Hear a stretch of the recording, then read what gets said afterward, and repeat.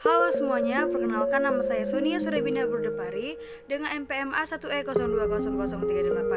Saya dari Prodi Pendidikan Fisika, Fakultas Keguruan dan Ilmu Pendidikan Universitas Bengkulu. Di sini saya akan membahas materi tentang pengembangan diri siswa melalui pelayanan BK, fungsi BK dan konsep BK. Adapun dosen pengampu mata kuliah bimbingan dan konseling yaitu Ibu Fira Afianti, MPD Kos. Baiklah, tanpa berlama-lama, terlebih dahulu kita harus mengerti apa itu bimbingan dan konseling.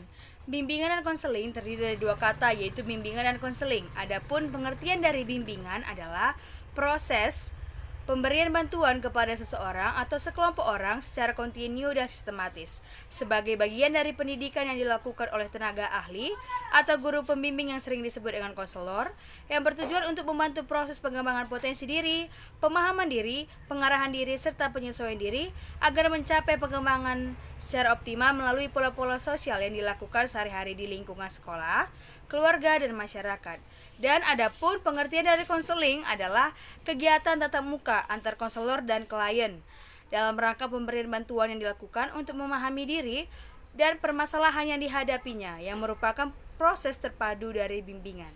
Sehingga dapat kita simpulkan bahwa bimbingan dan konseling adalah usaha-usaha pemberian bantuan kepada individu oleh konselor agar individu mampu mengembangkan diri secara optimal serta mampu memecahkan masalah-masalah yang dihadapinya.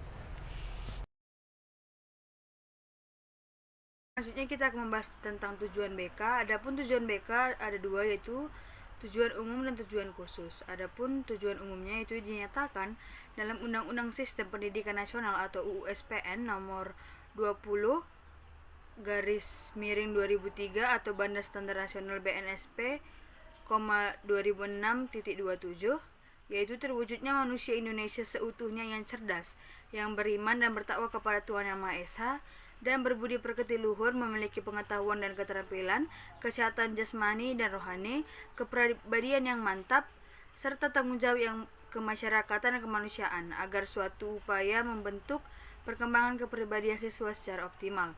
Adapun tujuan khususnya yaitu membangun siswa agar dapat mencapai tujuan-tujuan perkembangan meliputi aspek pribadi sosial, atau untuk mencapai tujuan dan tugas perkembangan pendidikan, belajar dan karir, atau untuk mewujudkan pribadi pekerja yang produktif.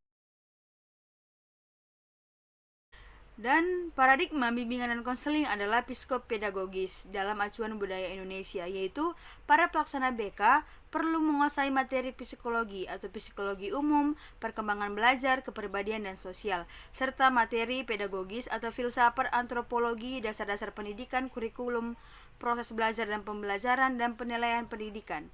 Dikemas dalam ilmu teknologi BK dengan warna budaya atau termasuk nilai dan norma Indonesia. Arah bimbingan dan konseling mengembangkan potensi siswa agar dapat memenuhi tugas-tugas perkembangannya secara optimal.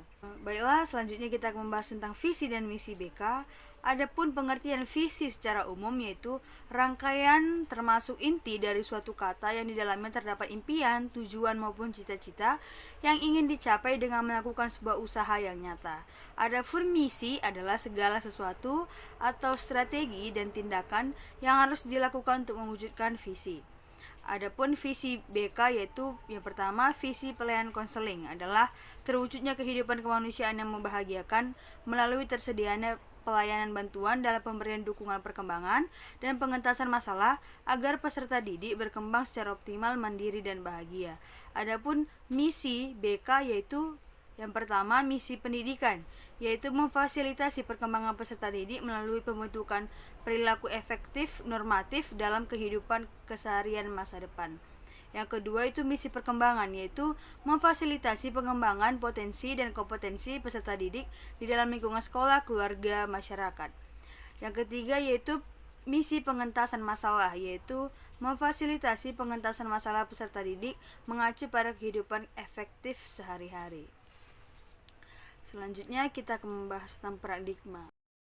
Baiklah, selanjutnya kita akan membahas tentang fungsi BK.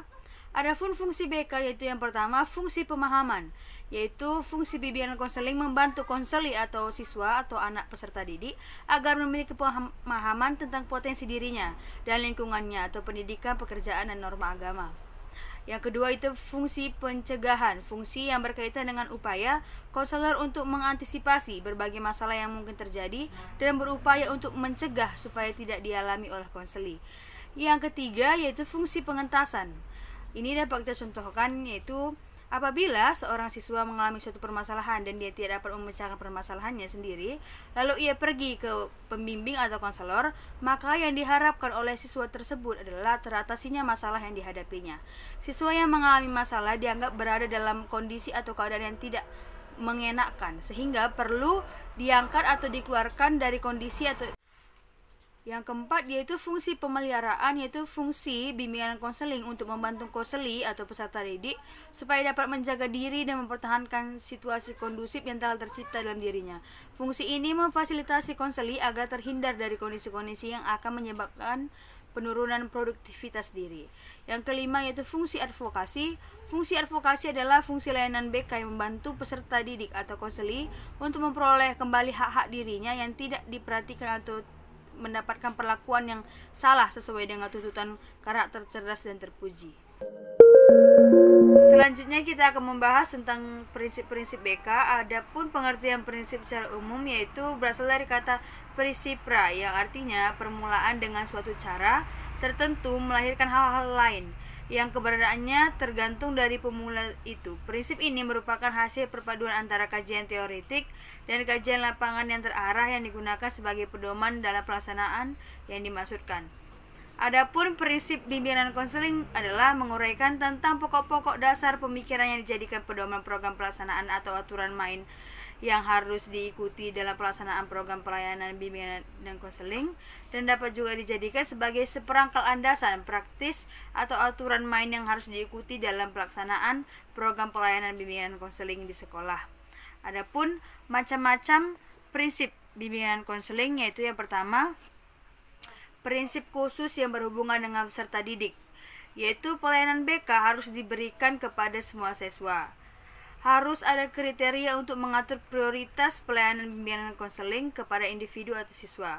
Program pemberian bimbingan konseling harus berpusat kepada siswa. Kedua yaitu prinsip-prinsip yang berkenaan dengan permasalahan individu, yang artinya bimbingan dan konseling berurusan dengan hal-hal yang menyangkut pengaruh kondisi mental fisik individu terhadap penyesuaian dirinya baik di sekolah, di rumah, serta dalam kaitannya dengan kontak sosial dan pekerjaan dan sebagainya, pengaruh lingkungan terhadap kondisi mental dan fisik individu.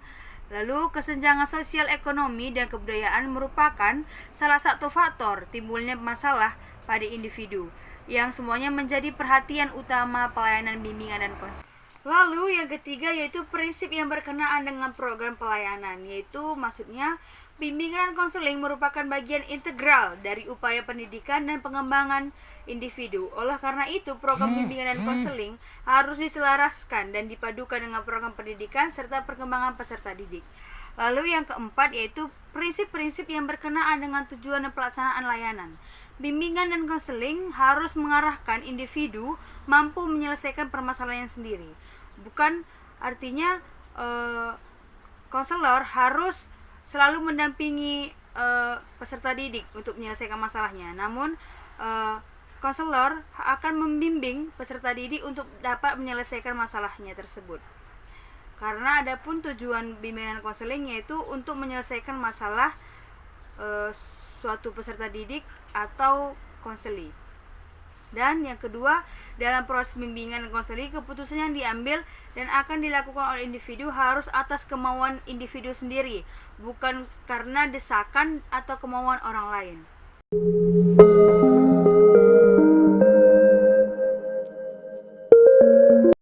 Baiklah, kita membahas tentang asas-asas BK.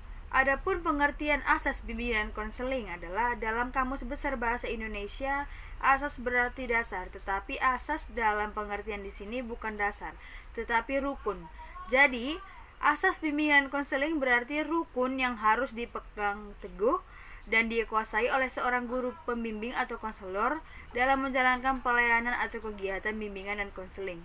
Demikian pula dalam layanan atau kegiatan bimbingan dan konseling, ada asas yang dijadikan pegangan dalam menjalankan kegiatan itu.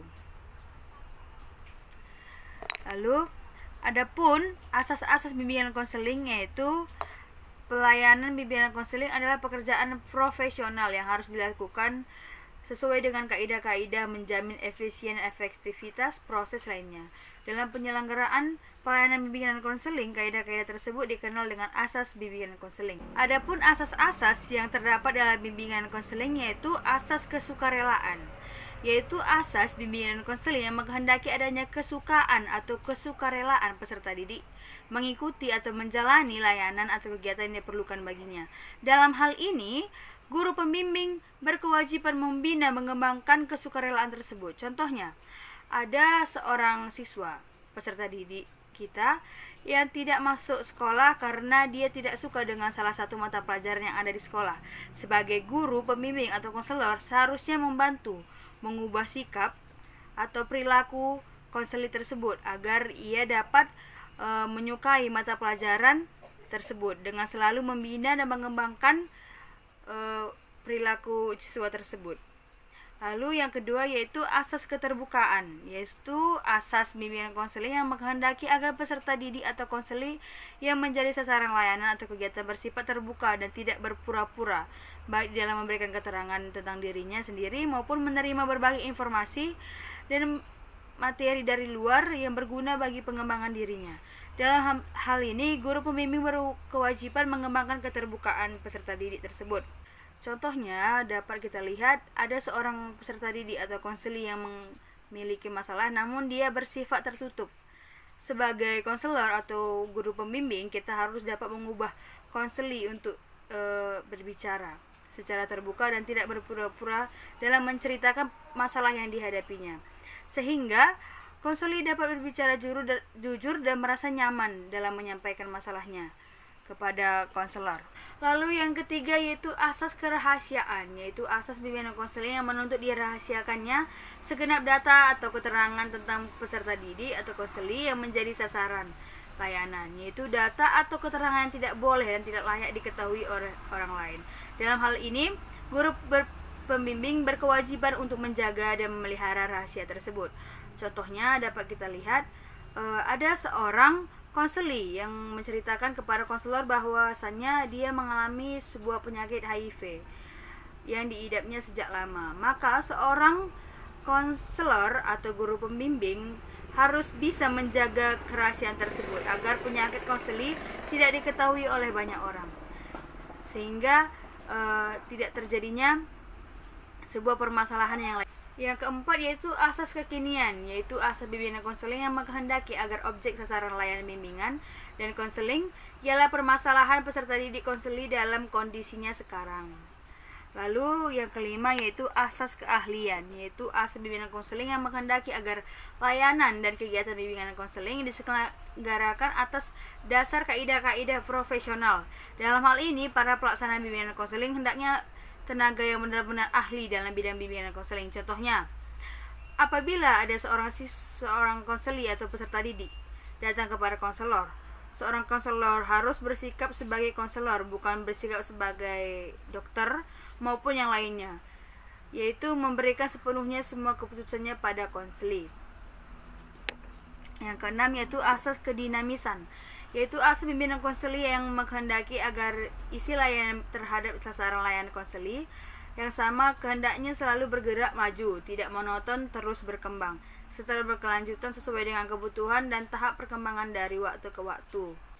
Yang ketujuh yaitu asas keterpaduan, yaitu asas bimbingan konseling yang menghendaki agar berbagai layanan bimbingan konseling atau kegiatan bimbingan konseling baik dilakukan oleh guru pembimbing maupun pihak lainnya saling menunjang harmonis dan terpadu.